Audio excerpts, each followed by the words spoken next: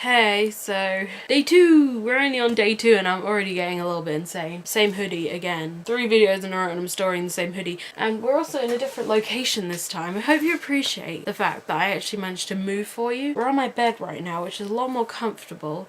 But I feel a bit like you're intimidating my personal space by being in my bed, but we'll let it go, we'll let it go, we'll let it go. Today I'm going to talk about my childhood, and the thing is about my childhood is a lot of people have memories of their childhood, and I do have memories, but I don't have that many funny stories or anecdotes about my childhood because I didn't really have any friends. I think I had about 2 close to friends throughout the course of primary school, and because, you know, the school system was a bit weird in my town, my primary school is split up into 2 sections, first school and middle school. And middle school not as in like American middle school, I meant English middle school. You can look it up if you want. But basically all the way through first school, I had friends, but I didn't really see them that much. I had a couple of friends, you know, that I sometimes hung out with. People thought I was weird, and here's why. Because I would walk around the playground by myself. Most people look back on this and go, oh, that's really sad, you're around the playground by yourself. But I see these as happy memories, and here's why. Because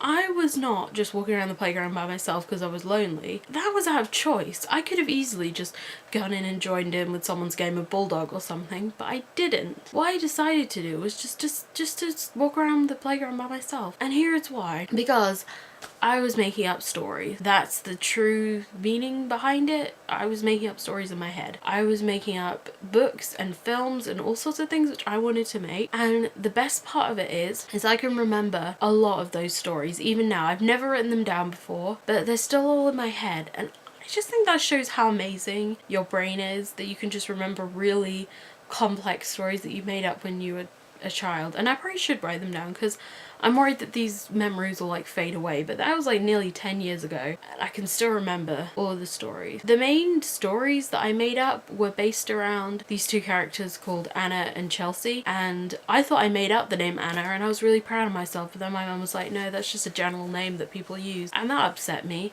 But basically Anna and Chelsea are 2 sisters who live on this island with all of their other sisters and their mum. I don't know why they didn't have any brothers or a dad. I think I don't know why. But basically these terroristy people, I don't think I understood the concept of terrorists, but basically they got driven out of their island.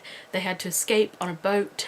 In the process, one of their sisters dies and it puts their life into perspective. And then they have to escape to this other island where they find out that they are actually royalty just by chance. And it's about them transitioning from being just, you know, normal girls who live on an island to being royalty and finding love and all of that stuff. It's kind of weird because I just made that up. Yeah, I was pretty much my entire childhood just making up the stories for these girls, and it's weird. You know, these girls were like my friends even though I didn't know them. Apart from Anna and Chelsea, I don't really remember many of the other characters apart from Katie was the sister that died on the way to the island. And I also remember 2 other characters, Molly C and Molly B. Molly C was based on me and Molly B was not. And it's a bit weird because the only reason I got the names B and C, I didn't really like the Spice Girls, but that's where I got the idea from. Yeah, I guess I wasn't imaginative enough to come up with new names. I just called them after myself with different letters. But Molly C was basically based on me.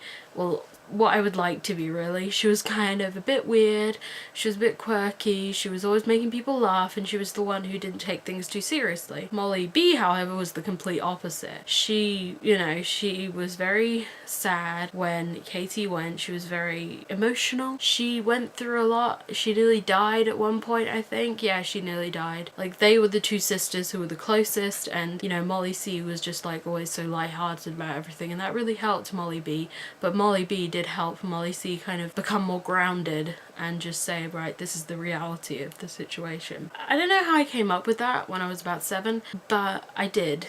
And I think the moral of this video is, I think children are a lot more coherent than they're made out to be. It's just saying, oh, you're just kids making up stories, but there's more to it than that. And maybe my stories were a little bit more complex because I made them over spending time with friends. But yeah, I was just thinking about that. And it's weird. I don't think Anna and Chelsea is necessarily going to be one of the books that I'm going to write, just because there were many flaws in that story and I will probably get into that. But everything that I've written after that has definitely been influenced by them. You probably saw the title of this video, Anna and Chelsea, and thought, oh, she's going to be talking about two of her friends, Anna and Chelsea or something, but no. I'm going to go now. I'm kind of tired. Can you tell? No, you can't tell. Alright. Bye.